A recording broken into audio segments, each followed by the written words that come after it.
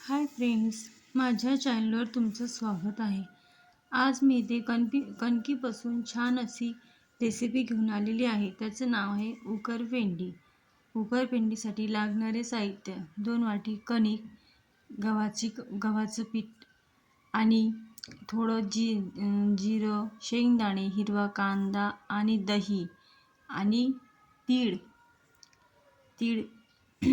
पण घेतलेला आहे. सर्वप्रथम आपण कढई गॅसवर ठेवलेली आहे.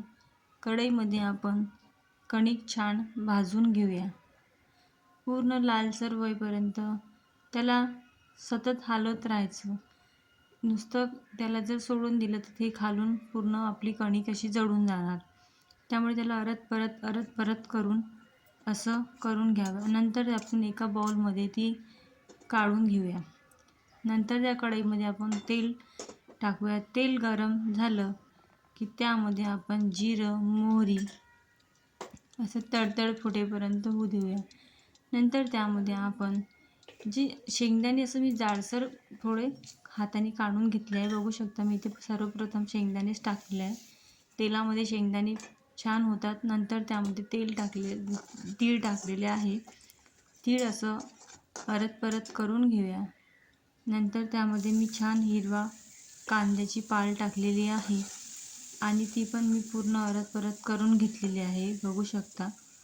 आता त्यामध्ये मी चवीप्रमाणे हळद, मीठ, तिखट आणि धण्याचा भुरका हे टाकलेलं आहे.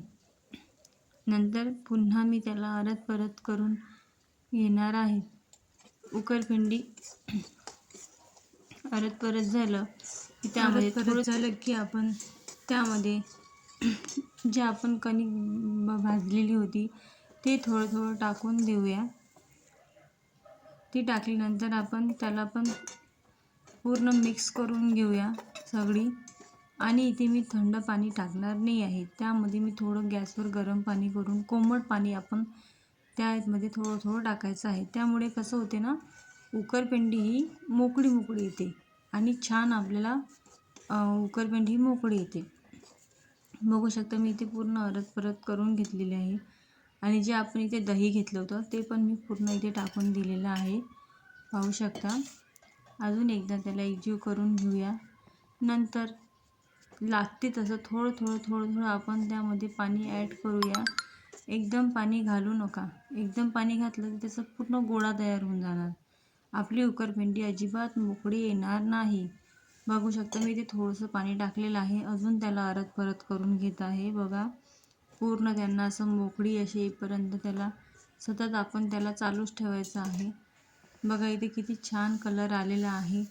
अजून मी थोडं पाणी टाकून त्याला होऊ देत आहे आणि गॅसवर कमी गॅसवर चांगली त्याला शिजवून घेत आहे. बघू शकता किती छान असा कलर आलेला आहे. बघा मी पुन्हा तिथे पाणी टाकलेलं आहे आणि थोडं तुम्ही वरून तेल पण टाकू शकता. तेलाने कसं थोडी ती उकरपेंडी अजून मोकळी येते आपली. छान अशी मोकळी सुटसुटीत दिसते. बघा मी अजून त्याला 10 मिनटे 5-10 मिनटे होऊ देत आहे आणि आता इथे आपली उकरपेंडी रेडी आहे.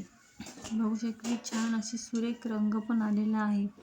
खायला पण आणि सुगंध पण छान येत आहे.